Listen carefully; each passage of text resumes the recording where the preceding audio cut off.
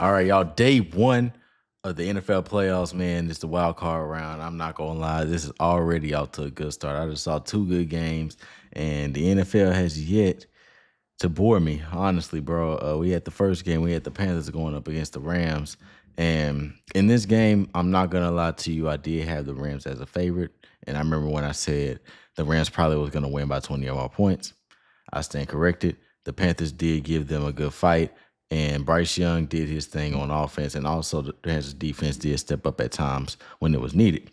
So in this game, man, Matthew Stafford, 304 yards, 3 touchdowns, 1 interception. Bryce Young, 264 yards, 1 touchdown, and 1 interception. So they both did pretty good. Now, the first part of the game, I knew like, okay, maybe, the first game jitters was going to get to the Panthers because they haven't went to the playoffs in some time now, especially with that new team with Bryce Young and all those guys.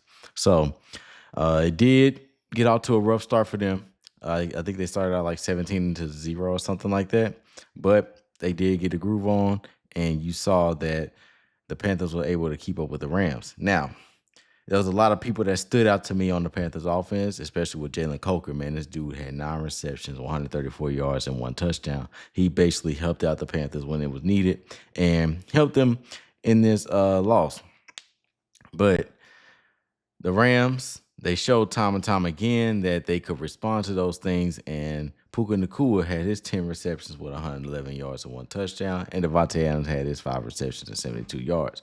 So Rams just kept responding. I feel like the reason why they kept responding because they've been in this environment before in the past 3 years, been in the playoffs, know what it's like to actually win a playoff game, and knows what it takes to win a playoff game. So I feel like experience did play a big factor in this game, and especially in the fourth quarter when Matthew Stafford doing what he does. He got the ball out to Kobe Parkinson for the game-winning touchdown.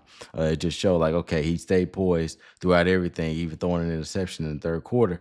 He stayed poised, did what he needed to do, and helped the Rams win the game.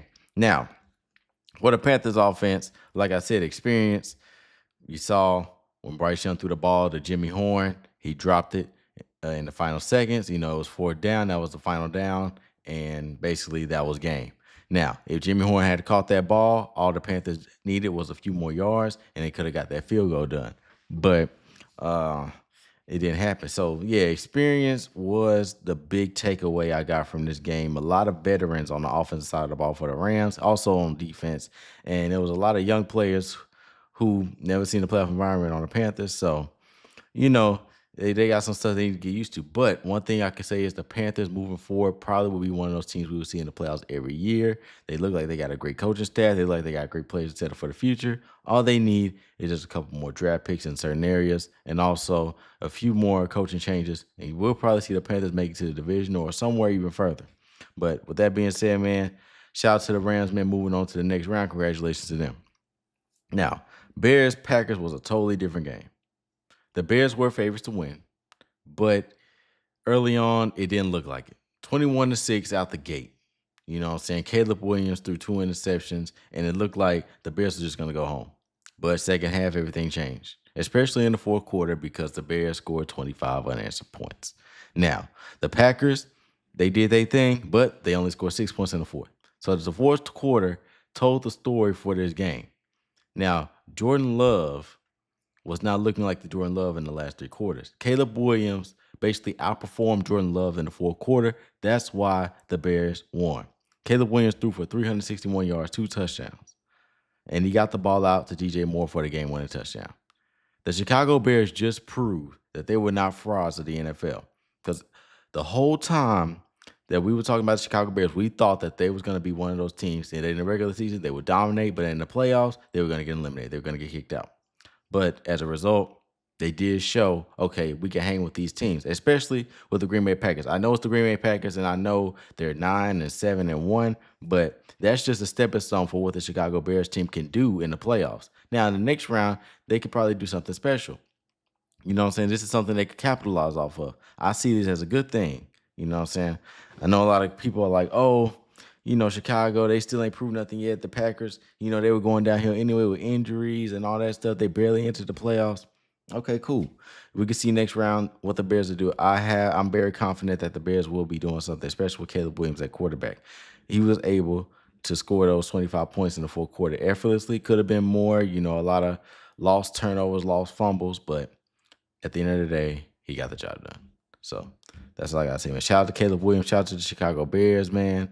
I wish y'all the best moving forward. Now, Packers with Jordan Love and Matt LaFleur. I mean, I don't know if Matt LaFleur is going to be going after this. I think he's going to stay because I've been hearing rumors that he might stay. But whatever they do after this is basically going to be for the best of the organization.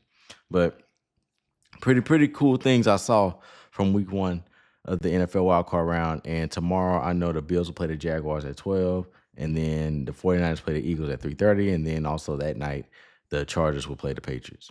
So I will look forward to those games. That will be the end of this podcast. Thank you all for watching. If you like this video, make sure you subscribe as well because I post content like this pretty often, and I would love for you guys to watch it. But I will be uploading tomorrow after those 3 games, so stay tuned. Thank you all for watching. Have a great rest of your night, and I am out. Peace.